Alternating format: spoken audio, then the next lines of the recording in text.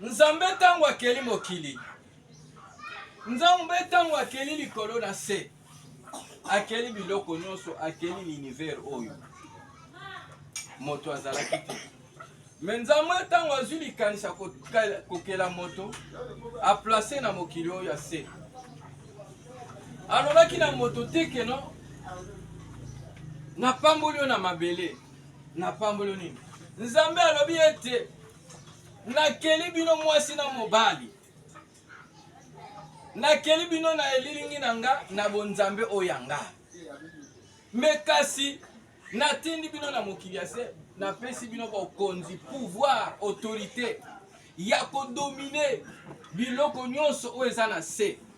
Ya ko dominer bandeke, banyama, biloko nyonso tunga na keli, bino bozana nguya likolo na yango, bozana autorité likolo na yango, ya mwende kotosa bino. Amen. Je crois c'est par là que la bénédiction, on a à comprendre, c'est la parole. Amen. La bénédiction, c'est pas du matériel.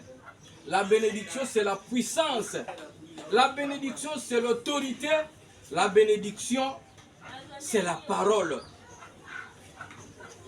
Nanu na mona te papa moko mama moko tango azana bana na ndaku to tango totinda ka bana bazoko beire pana biso tolo bakanini mwana nzamba pambola yo, c'est la parole qui sort. Amen. Na soki na pesie 100 francs lokola na tinda ki mingi ezaka moi prime d'encouragement. Soki na sombelo elambe ezaka ka moi prime d'encouragement.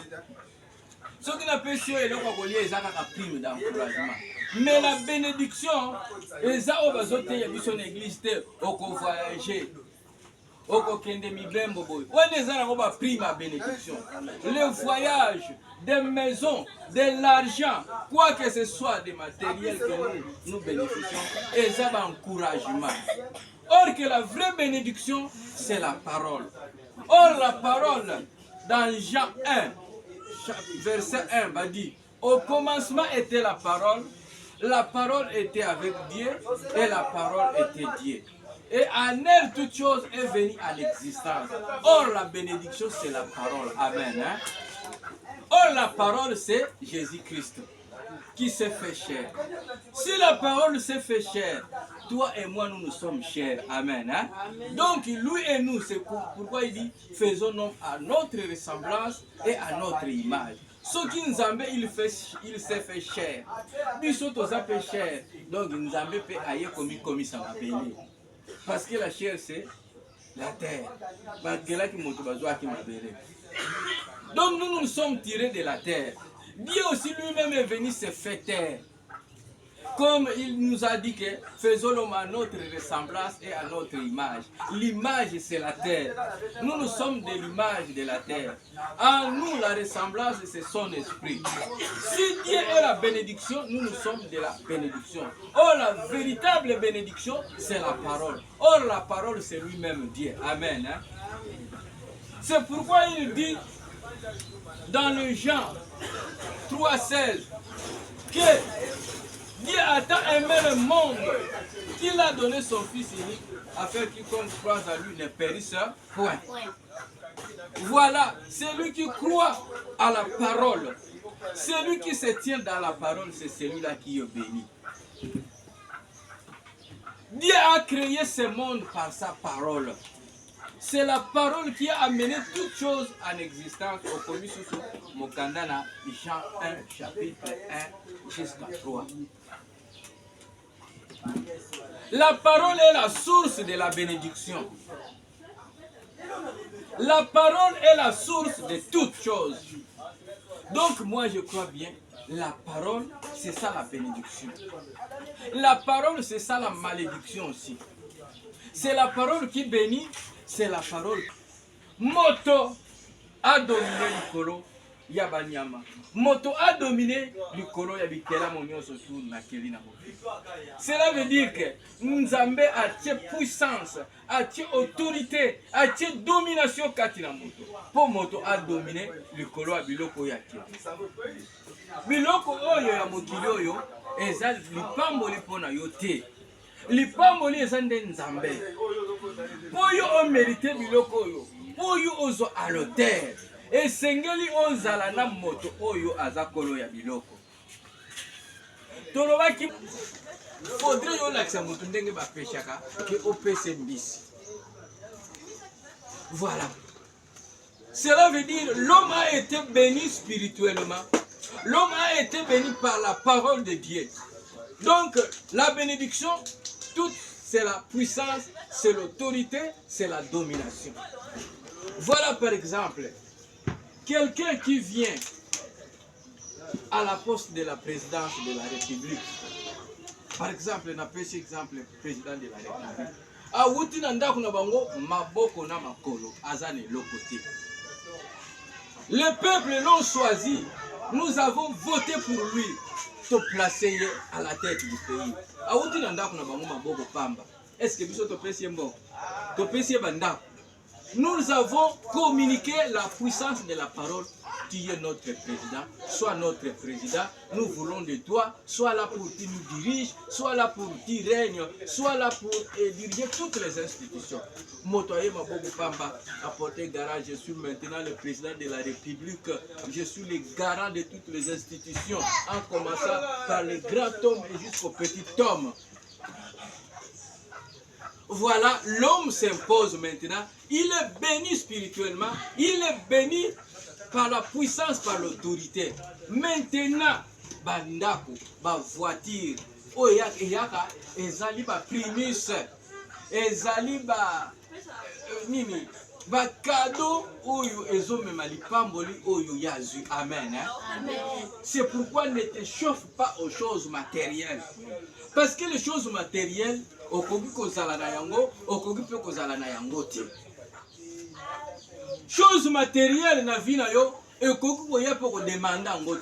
mais ce que tu vas savoir en toi, ce que tu vas avoir besoin de toi, il faut avoir celui qui a à l'auteur, celui qui bénit, c'est le supérieur.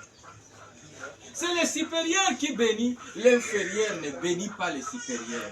Or, le supérieur, c'est la parole. Rien faire.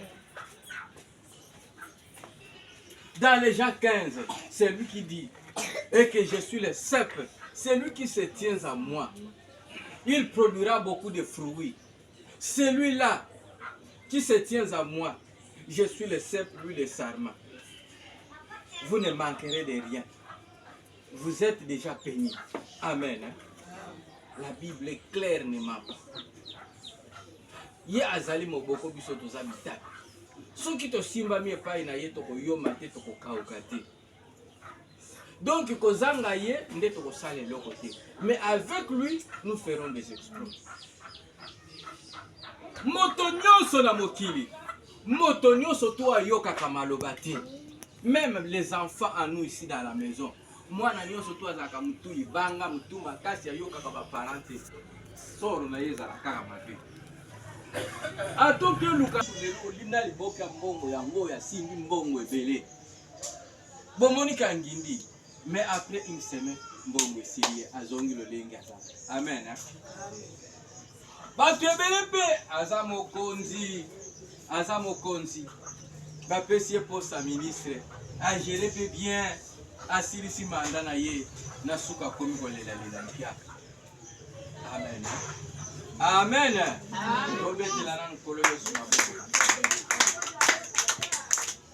Yango, la bénédiction, c'est pas du matériel. Tolobiete, moto oyo azana mayele, moto oyo azana boania, moto azana connaissance, balukaka ye, exploitaka ye à travers connaissance na mayele o azana ngo, yango ne exploiter ba. La tête, n'appelle ça qu'exemple. Moi, na mobali moko akindi aluka mwasi abala. Papa Bokilo atali mobali na bonzoto. Atali na bomoto. Alobi, toi tu n'as pas l'argent, tu ne peux pas se marier avec ma fille. Mobali alobi, non mon beau-père. L'argent c'est la tête. Amen. Hein? Ne cherche pas l'argent matériel. L'argent c'est la tête. La bénédiction, c'est la tête. La bénédiction, c'est la connaissance, c'est l'intelligence. La bénédiction, c'est ce qui est en toi qui va produire du matériel et de la physique. Vous pouvez comprendre? Amen. C'est pourquoi lelo ndenge yo zali vivant. Nga na komono za rien, na ko minimiser yo.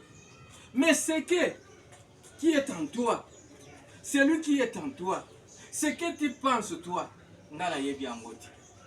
Oyo bokoma lobi et yebi kaka Nzambe. C'est pourquoi tu as été béni, non pas physiquement. Kolela pona biliate. Nzamba lobi bilia. Bosusu kana yangote. Bokanisa pona lobi te pona kolata pona kolia. Ngai Nzambe na bino na yebi. Ngai papa na bino na yebi pona lobi pona pokwa na bino obokolia obokolata. Mais biso bato tozo comprendre te.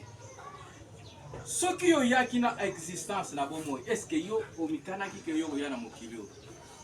Est-ce que yo yeba ki yo ko botama na mokili? Ce qui yo botami, ce qui yo yaki, ce qui yo zalelo, eza pona ngolu na yote, eza pe pona volonté na yote. Ce n'est que Dieu tout puissant wazali ko batela ngai na yo. Tozali une produit à bénédiction dans la parole du Seigneur Jésus-Christ. Les pamboli les no bato zuluka nzamba pambola ngana voyager. Est-ce que bapaka no basambela te ba voyager kate? Bapaka no bazo simba mbongo te. Bazo tonga bandako te. Qu'est-ce qui vous dit que bénédiction est en bon? Qu'est-ce qui vous dit que bénédiction est en matériel? Oko sambela lelo. Utoko sambela te. Oko zwa biloko amoki. Et bien, mais la bénédiction, ce n'est pas du matériel. La bénédiction, avoir Jésus-Christ en toi comme Seigneur et Sauveur. Celui qui a Jésus-Christ en tant que Seigneur et Sauveur, c'est celui-là qui est béni. Qui est béni à quoi d'abord? Moutoua zakana bonzambe zakana mayele, azakana boania ya koyeba mabena malamu, ya koyeba circonstance ya mokili ndenge zotambula. Ndenge mokili ezokende ya ko comprendre vérité, ya ko comprendre abacha ko lokolote abacha, ya ko comprendre ba droiture nyonso. C'est celui-là qui est béni. Soki Nzambe apamboli yo na mayele, soki Nzambe apamboli yo na bwania, nde omonaka mutu azana métier moko kati na ye. Métier o bapesi yo, donc oyo bapesi yo yango nde eza bénédiction. Parce que Nzambe mutu na mutu apesa ye don. Ezala bato basambelaka te, ezala bato basambelaka. Mutu na mutu azana don. Mais ezala bato mususu tokokota toyeba ozalaki na don me don na yo ebeba. Nzambe ti don kati na dana Eva. Don wana yango ezosala ke bango bazala beni. Yango ko prouver bandako. Napesa bino exemple terre à terre ndenge tozala bandeko awa. Ba menuisier. Don na ye to métier na ye eza menuisier. Amen. Menuiserie wana eza na nzoto teme eza na mutu. Mayele oyo ezosala ke ye asala musala ya kosala kiti ya kosala table eza na mutu. Métier wana weza kati na ye yango ko produire ba voyage. Yango ko produire mbongo. Yango ko produire asomba ndako. Amen. Voilà, la bénédiction n'est pas matérielle, bien-aimé. Ce qui au monde muto comme na mbongo ebele ezande ba primisto ezali ba favori ya bénédiction ya métier oyo mutu wana azana ngo. Métier oyo azana ngo yango nde ezali pamboli. Do oyo azana ngo yango nde za bénédiction Nzambe apesi yo. Voilà la bénédiction oyo tozote ya lelo ezali matérialité. Moto aposo te lelo ndenge évangile bazote ya biso. Nzambe kopambola yo, Nzambe kosunga yo. Allez, mona neto sombi voiture. Allez, osombi voiture, allez, côté la voiture, fongo la porte, fongoli. Kota, quand tu démarres, allez, kokeli. Ça c'est les humours. Amen. Ça c'est les humours. Ça c'est les humours. Tout le monde a monde de distraction. Tout le monde a matière de distraction. Tout le monde a matière ya ba humour ya ba aveugle batou. bana na Nzambe. Tolakisa biso bana na Nzambe